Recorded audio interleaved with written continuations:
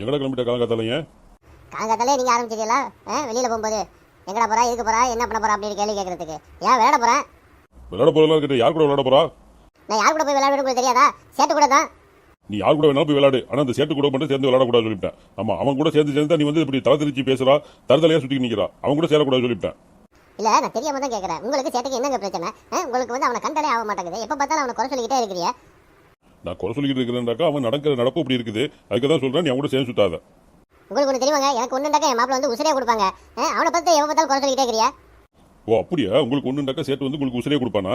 ஒண்ணு பண்ணு, நீ என்ன பண்றா, மயக்கம் போட்டு கீழே விழுவ, அப்ப கீழே விழுவு, அப்புறம் மழை தெரியும் பாரு அவனோட கேரக்டர் என்னங்கிறது நீனே புரிஞ்சுக்கிடுவா. உங்களுக்கு உசிரை கொடுக்குறானா இல்ல அவன் வேலையை பார்த்துக்கிட்டு போறானாங்கிறது.